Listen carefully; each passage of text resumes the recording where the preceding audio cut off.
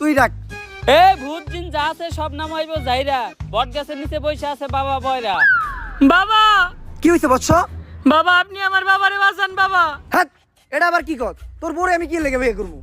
আমি বিয়ে শাদী করতে পারবো না, কারণ আমি চিন্তা করছি আমার এই জীবন মানুষের সেবায় উৎসর্গ করে দিমু। তোর যদি কোনো শারীরিক সমস্যা থাকে তাহলে আমার কাছ থেকে একটা তাবিজ নিয়ে যাইস। আপনি না আপনার দুর্বলতা কাটানোর লিগে তাবিজ খুঁজেন। হপ, আরে আমি আমার বাপের বাঁচানোর কথা কইছি। আবারও কয় ওর বউরে বলে আমার বিয়ে করা লাগবে। এ ভাই, এ হালাই বয়রা, আপনার কি সমস্যা ওইটা আমারে কোন। হ্যাঁ ভাই, এখন কোন।